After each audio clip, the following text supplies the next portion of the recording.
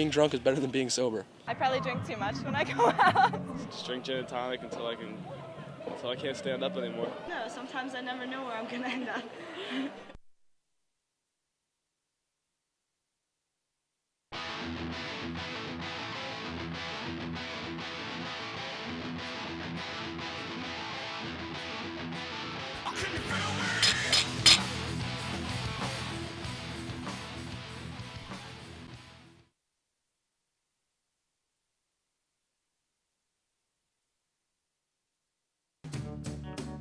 Radford University sophomore Jonathan Levy lived the life of a normal 20-year-old.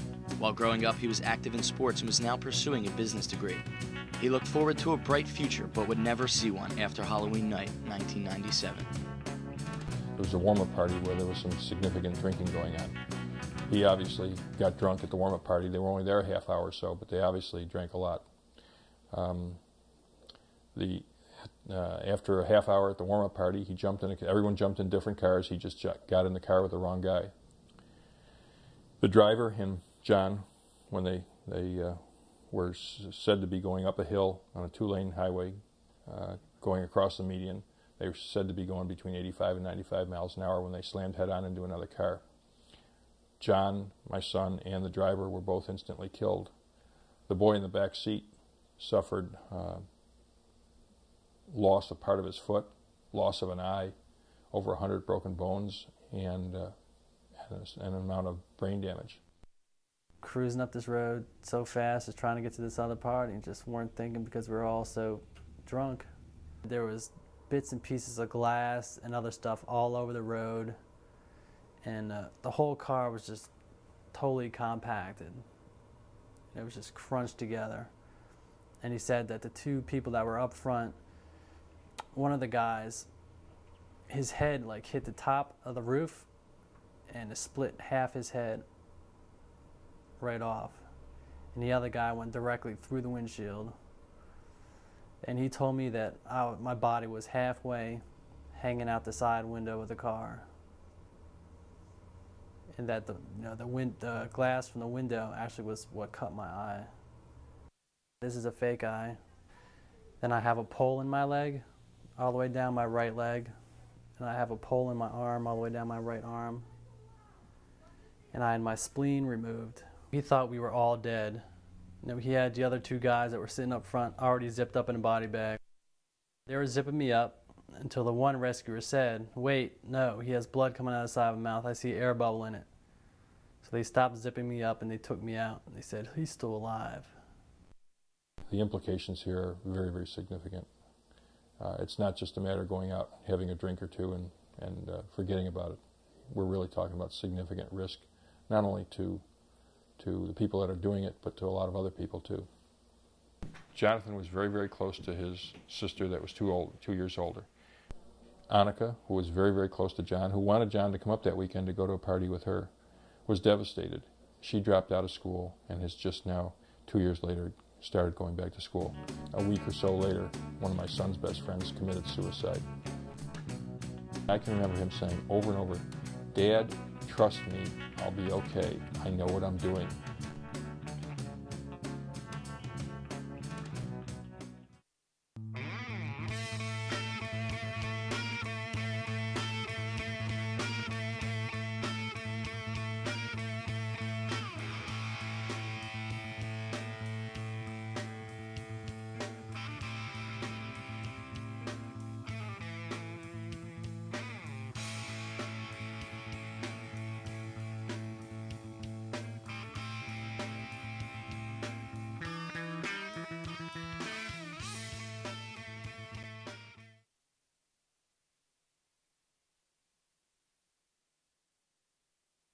Rape crisis counselor Tori Hilton helps women deal with alcohol-related rape cases.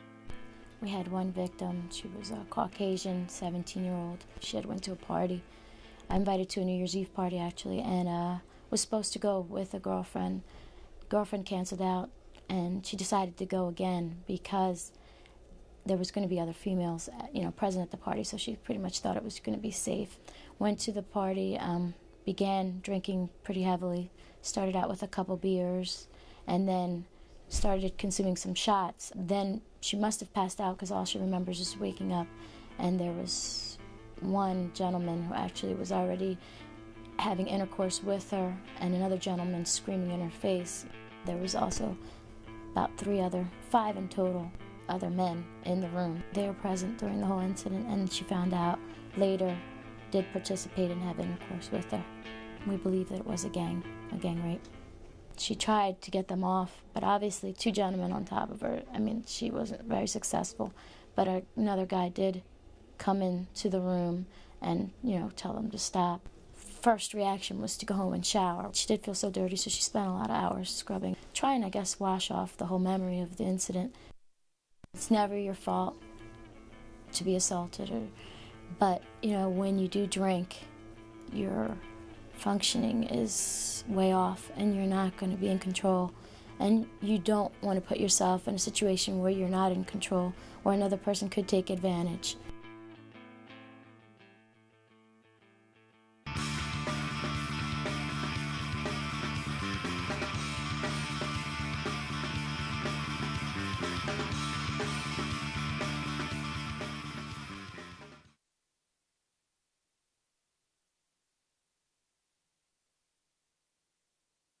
Kevin Price, now a graduate of Bucknell University, co-founded the college's organization against drunk driving. He works for an investment firm in Manhattan and only drinks on special occasions. It's 4th of July weekend 1995 when Kevin and some college friends play a game of speed quarters. It's his last game. The last thing I remember is playing the drinking game. I was playing the drinking game. I guess I felt like I was going to get sick, and so I got up, told my friends, I wasn't feeling well. I got up to go to the bathroom. So I walked towards the back of the house where the bedrooms were, but I didn't go to bed. I got my keys and I got my car, and I started driving around. I probably drove for a little over an hour. I was on the Garden State Parkway driving north. I decided, not consciously, I made a U-turn in the middle of the northbound lanes, and I started driving south in the northbound lanes. I went through a toll booth the wrong way. I drove for another couple miles, and I hit a van, passenger van.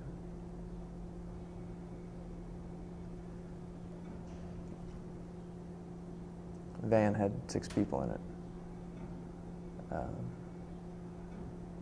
The passing motorist pulled the driver and the passenger out of the van, the husband and wife. The other 4 people were trapped in the van, and so they burned to death. One of the people pulled from the church van died weeks later from complications. I've talked to a lot of doctors and a lot of people since my accident who specialize in blackouts or, in binge drinking, and not one of them can tell you why you have a blackout, when you have a blackout, how much it takes to black out. He is now serving 21 years in the Garden State Youth Correctional Facility. I didn't think that people that graduated from Bucknell wound up in prison. My sister told me she's only ever seen my dad cry twice.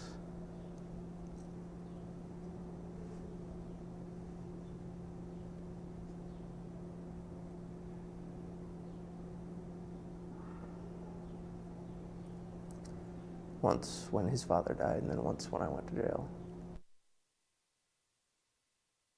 I didn't mean to hurt anybody. If I cry myself to sleep, it's not because of me. It's because there are 5 people who aren't here anymore because of what I did, the choice I made. If I get frustrated with being in here,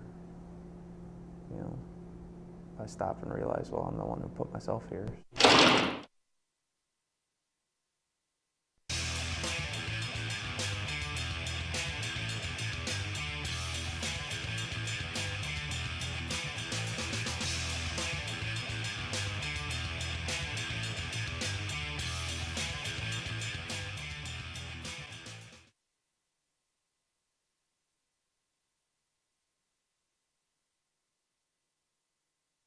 Happy birthday. This is the second time to you. Happy birthday to you.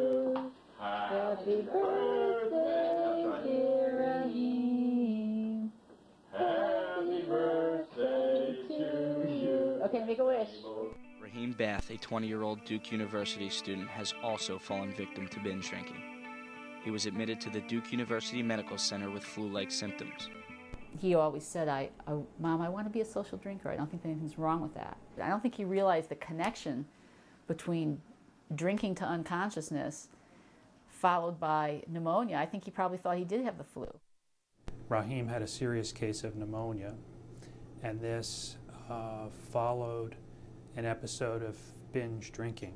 They then pass out, or they get sleepy and they lose their gag reflex and they aspirate contents from the back of their throat or even from their stomach if they do vomit. It's like he wasn't any more of a drinker, which is a scary thought, you know, that he wasn't any more of a drinker than, you know, half the other kids on campus and most of his frat brothers. When they put him on the ventilator, I mean, you know, I didn't think that that was the last time. When I kissed my son goodbye that night, I didn't know it was going to be the last time, you know, I would ever talk to him. After 5 days of assisted breathing, Raheem's lungs had failed. And at that moment, 5 o'clock on Saturday, I remember looking at the clock and thinking, my God, he's gonna take my boy. Raheem had taken his last breath. There isn't one day that doesn't go by when you don't think.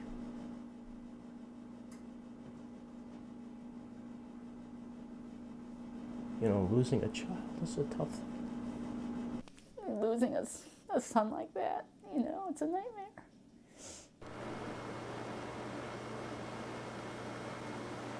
Good morning. All right, just one smile for the camera and I'll turn it off. Oh, I missed it. It wasn't on your face. One smile.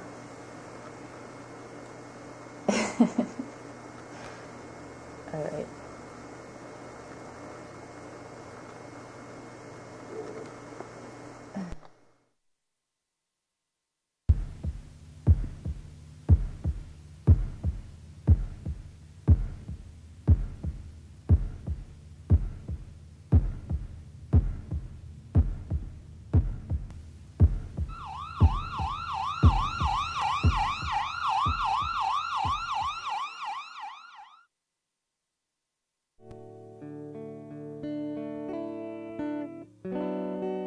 I probably drank about the average amount that people did. You know, I knew plenty of people drank more than I did.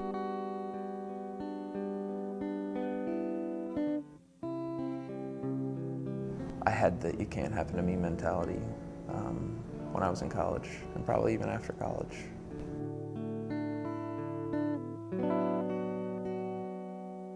You know, I didn't think it could happen to me. You know, I was dead wrong, obviously.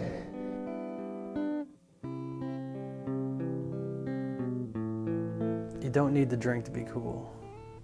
To all you kids out there.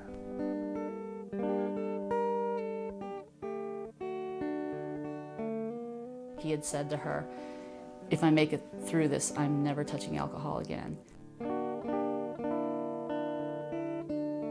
I knew I was coming down to bring him home, but I thought I was coming down to bring him home to recover, not to bury him.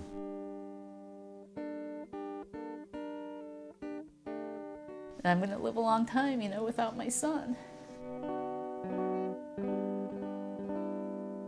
My son, who used to say, "Trust me, Dad, I know better," my son, I know, would never have gotten into a car driven by a drunk driver when he was sober. I beg you, think about it now. Just don't want any of you to ever have to sit in this chair and have to tell this kind of a story.